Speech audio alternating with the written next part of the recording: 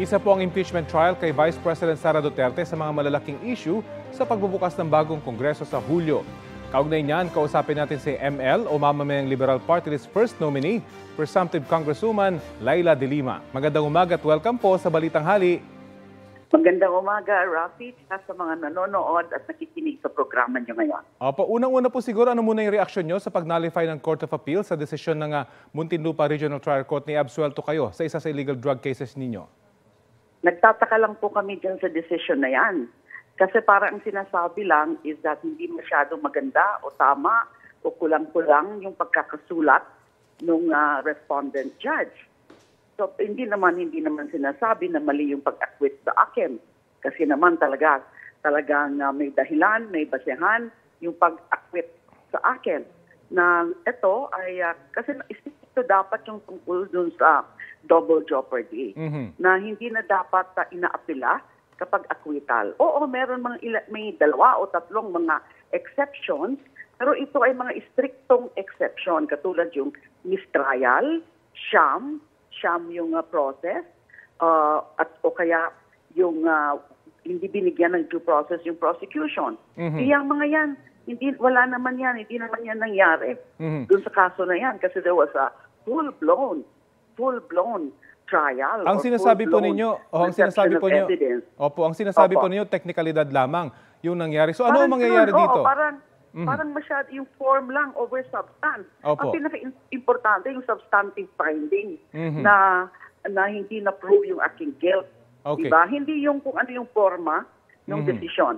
Ngayon po, mamayang hapon po, magkakaroon ng meeting kami together with the legal team. Pag-uusapan po namin ano yung susunod na hakbang. So most probably,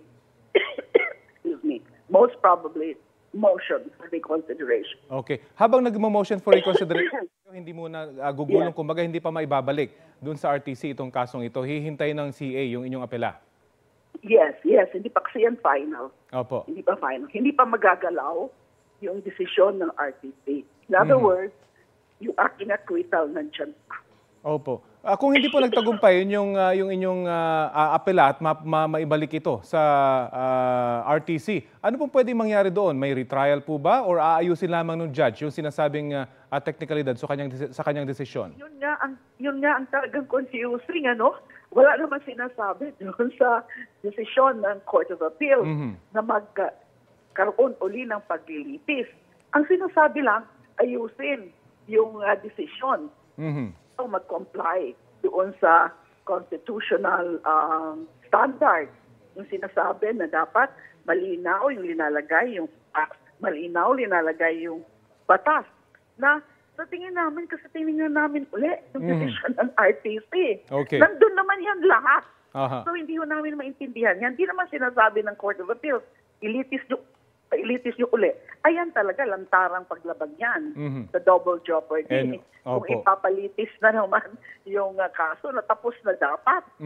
Anyway, sige po, abangan po natin yung paggulong ng apela nung yan. Anyway, mapunta naman po tayo. Bakit nyo po agad inalok yung pagiging House Prosecutor sa impeachment trial ni Vice President Sara Duterte? Opo. Ibitahan po tayo ng House Speaker na magiging miyembro ng prosecution okay. panel. So linawin ko lamang po, inimbitahan po kayo at hindi po kayo nagboluntaryo. Opo. Nakatanggap po ako ng tawag nung hapon nung isang araw from Speaker himself at sinabi nga na we are eyeing on you and also Attorney Chel Jokno to be part of the prosecution panel. So umuupo ako kasi sa tingin ko po, ibig sabihin ho niyan, on the part of the House of Representatives, ay nakikita siguro nila na meron kaming pwedeng magawa, talagang magiging seryoso kami dyan sa pagtatrabaho bilang prosecutors and that we're willing to work with the other members of the prosecution panel. Makakatulong po ba yung pag-imbestiga nyo noon bilang commissioner ng CHR sa gagawing trial? Hindi masyadong because yung pag-imbestiga namin noon involved the former president, Rodrigo Duterte. Now, itong tungkol kay VP Sara, ay tungkol naman ito dun mayor siya. Pero makakatulong yun kasi pareho lang naman yung parang overall or surrounding factual circumstances nung yung tungkol sa mga EJ case. Okay. And sakop yan ng testimonya ni Arturo Las Cañas. Siya rin ay meron din parehong testimonya, similar testimonya against the former president. Opo. So yes, partly makakatulong po. Kumusta naman po yung paghahanda ng ninyo sa pag-upo nyo sa Kongreso? Ano po yung mga prioridad nyong panukalang batas? Magkakaroon ulit din kami ng meeting sa ML para pag-usapan alin yung mga una namin na mga ito-file. Kasi multi-sectoral po ang ML. Iba-ibang sektor ang ni-represent. At meron na po kami mga naisip na mga priority legislation. Kada isa dun sa mga sektor na yon. Ang pag-uusapan na lang namin kung ano yung mga uunahin na mga legislation. Sige po, maraming salamat. Salamat po. Yes. Okay, sige po, maraming salamat po sa oras na binahagi nyo sa Balitang Hali. Maraming salamat din, Rafi, and sa GMA7. Thank you. Thank you. ML Party List First Nominee, Attorney Laila De Lima. Susubukan po namin hinga ng pahayag ang Court of Appeal sa mga bagong pahayag ni Attorney De Lima.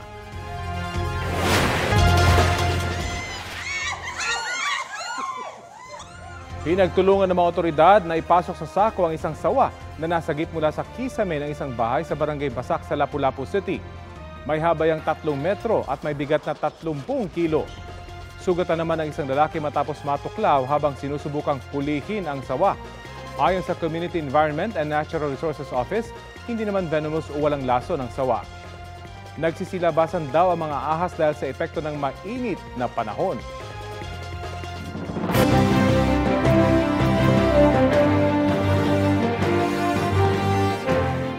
Update naman tayo sa proklamasyon sa mga nanalong senador. Kausapin natin si COMELEC spokesperson, Attorney John Rex Laudianco. Magandang umaga at welcome po sa Balitang Hali. Magandang umaga po, Sir Rafi, at sa lahat po ng taga-subaybay ng Balitang Hali. Kumusta po yung paghahanda nyo sa proklamasyon bukas ng 12 nangungunang senador sa eleksyon 2025? Tuloy-tuloy na po, ibinabalangkas na lang po yung pinal na resolusyon na babasahin po bukas na naglalaman po nung 12 senador na nanalo po, kasama na po ng pinal na bilang din ng kanilang boto. Ito po kasi yung talagang binabasa natin para po maiabot sa kanila yung kanilang mga certificates of proclamation. Nagkumpirma po ba lahat na dadalo? Ngayon po namin ipadadala po yung kanilang mga imbitasyon at mga notice po at base naman po sa aming mga naranasan dati, dumarating po ang ating mga nanalong mga senador talaga. Sino po yung dapat or pwedeng kasama lamang dun sa proklamasyon?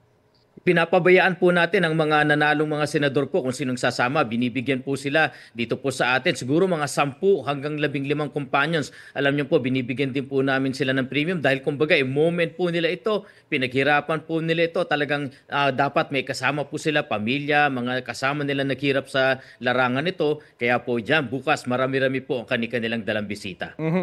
Kung sakali po, pwede po ba yung proclamation in absentia? May ganito na po ba kayong karanasan? Maaari naman po yan dahil alam niyo po yung ating pagtataas ng kamay, mga ceremonial po yan eh. Yung talaga pong kinakailangan ay yung Certificate of Canvass and Proclamation. Maaari naman po yan. Ano naman po yung asahan natin sa proclamation ng mga party list groups sa Lunes? Ay buo na rin po natin gagawin. Hindi na po natin gagawin po yung dati na nakagawian na may nauna at itutuloy na lamang. Dahil sa ngayon po na nakumpleto na natin yung 175 na certificates of canvass, kumpleto na rin po ang mga boto at yun po kasi yung kinakailangan, Sir Rafi, para makompute po namin yung distribution o allocation ng mga seats. So malinaw na po ngayon, binabalangkas na rin po ng aming Supervisory Committee ang kanilang rekomendasyon sa ating Commission and Bank. Nang sa gayon, mabalangkas na rin po yung resolution na babasahin kung sino-sinong party list ang nakakuha po ng mga 63 seats na inalat po sa kanila. Opo, may naging tugon na po ba yung mga party list group kaugnay sa seat allocation na binabanggit po ng NBOC?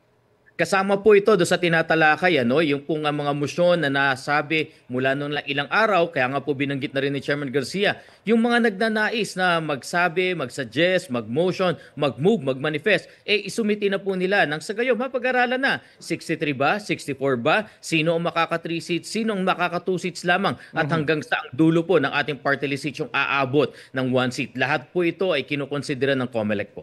May mga naka-hold ho ba sa mga proklamasyon, hindi ho ba? Kung hindi ako nagkakamali, almost 20. Kumusta na po yung pagtalakay doon sa mga kasong ito? Tutuloy-tuloy po yan, Sir Rafi, no? Alam niyo po, yung Order of Suspension of Proclamation, talagang ginawa po ng COMELEC yan, hindi para sa kung ano man, no, harangin, kung hindi para po magtuloy-tuloy ang paglilitis ng kaso. Alam niyo po, kung mapapatunayan naman doon sa paglilitis na talagang hindi naman po napaglabag ang batas, walang problema, makapagpoproklama po kami. Kung sakali naman po talaga na maituturing na disqualified siya sa pagkakalabag ng batas, mauwi po talaga ito doon sa tuloy-tuloy na paggulong ng kaso. Maari naman din po umakyat sa Korte Suprema sa anumang desisyon ng COMELEC patungkol dito. Ano pong general assessment nyo sa election 2025? May mga good practices ba na pwedeng gawin ulit sa 2028?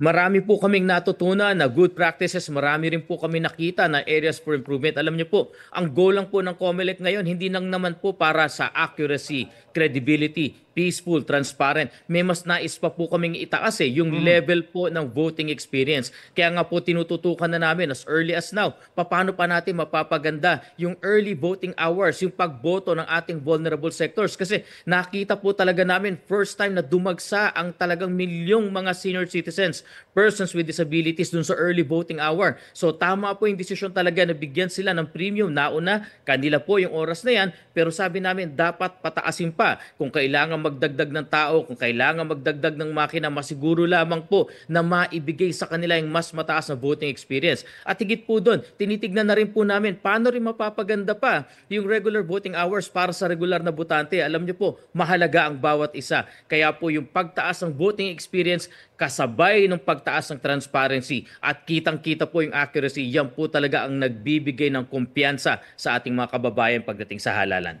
Okay, maraming salamat po sa oras na binahagi nyo sa Balitang Hali. Maraming salamat po. Mabuhay po kayo. COMELEC spokesperson Attorney John Rex Laudianco.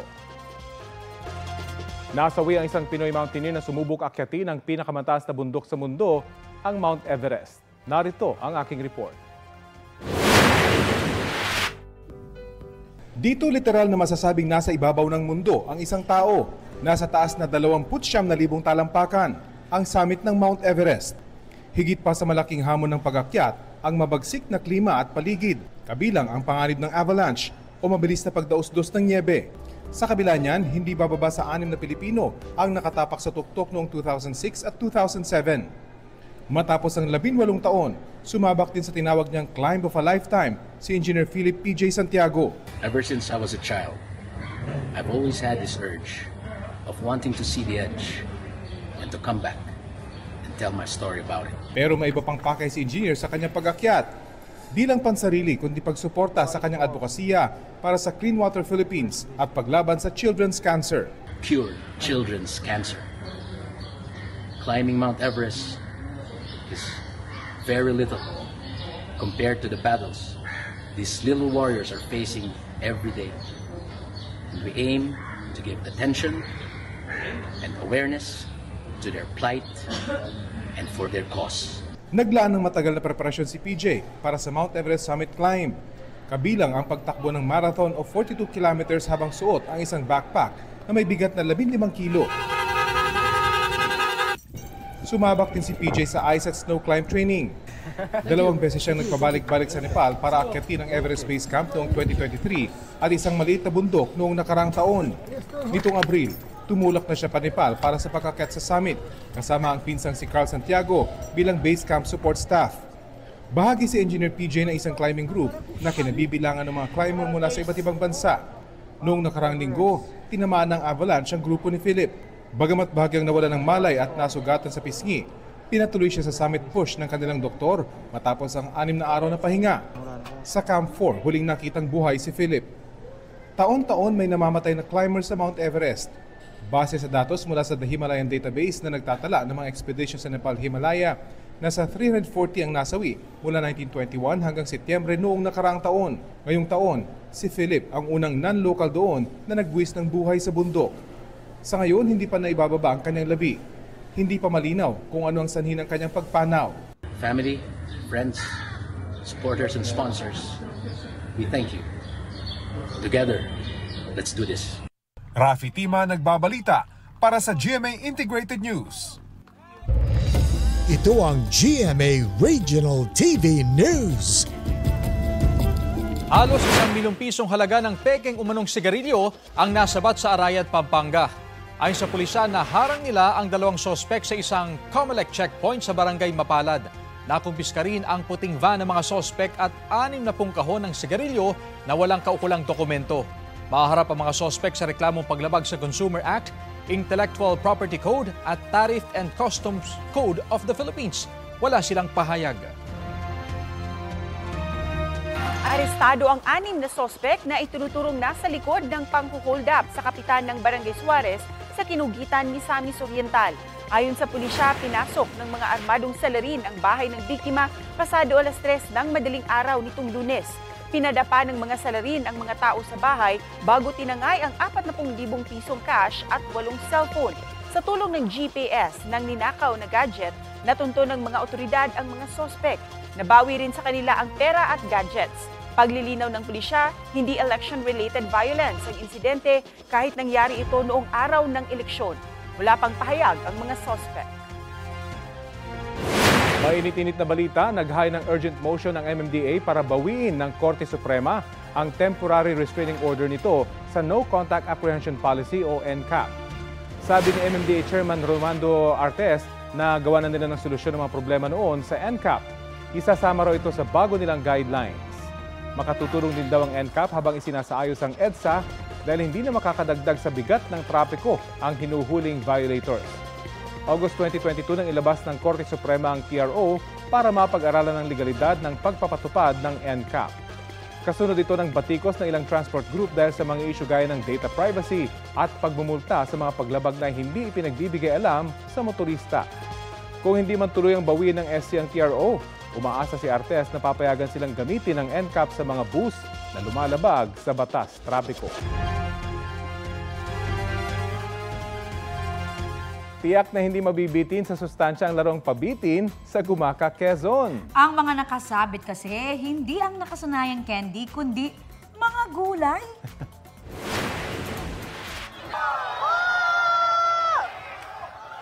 Oh my gulay! Yan po ang pabitin sa pagdiriwang ng Aranya at Baluarte Festival na nakuhanan ni Youth Cooper Red Salvador.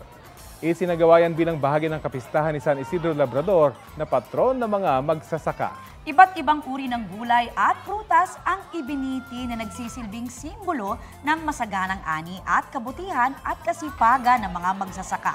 Hindi lang daw yan masaya, masustansya pa. Huwag ka lang mabagsakan. Oo.